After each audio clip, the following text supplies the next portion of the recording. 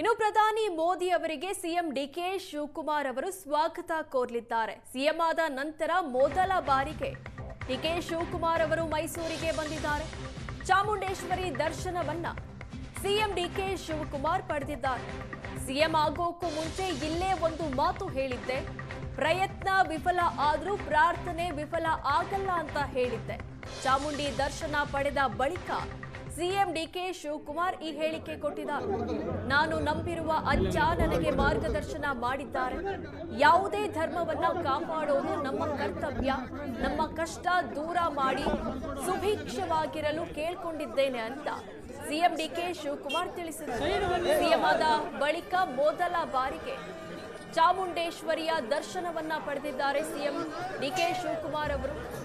ದರ್ಶನದ ಬಳಿಕ ಮಾತನಾಡಿದ ಅವರು ಈ ಹಿಂದೆ ಹೇಳಿದ್ದಂತಹ ಒಂದು ಹೇಳಿಕೆಯನ್ನ ನೆನಪಿಸಿಕೊಂಡಿದ್ದಾರೆ.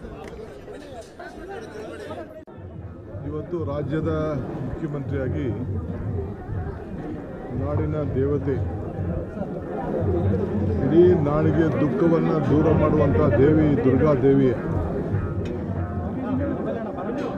ಚಾಮುಂಡಿ ತಾಯಿಯನ್ನು ದರ್ಶನ ಮಾಡಲಿಕ್ಕೆ ಬಂದಿದ್ದೇನೆ. ಮೈಸೂರಿಗೆ ಮೊದಲನೇ ಬಾರಿಗೆ ಬಂದಿದ್ದೇನೆ ಮುಖ್ಯಮಂತ್ರಿಯಾಗಿ. ನಾನು ಹಿಂದೆ ಇದೇ ಸ್ಥಳದಲ್ಲಿ ಒಂದು ಮಾತು ಹೇಳಿದ್ದೆ,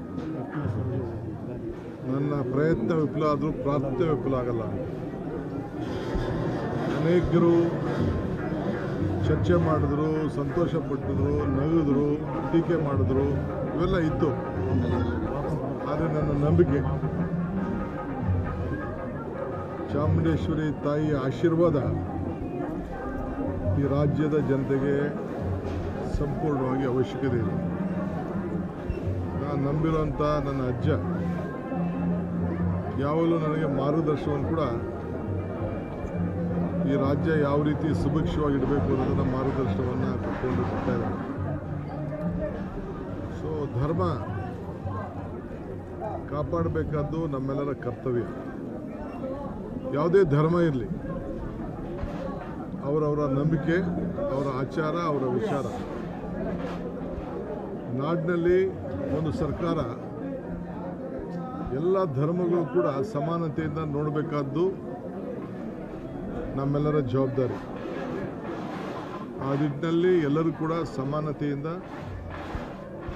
ಕುವೆಂಪುರವರು ಹೇಳಿದಂಗೆ ಈ ರಾಜ್ಯದಲ್ಲಿ ಯಾವಾಗಲೂ ಕೂಡ ಶಾಂತಿಯ ತೋಟ ನಿಲ್ಲಿಸಬೇಕು ಅನ್ನೋದು ನಮ್ಮ ಮೊದಲನೆಯ ಕರ್ತವ್ಯ.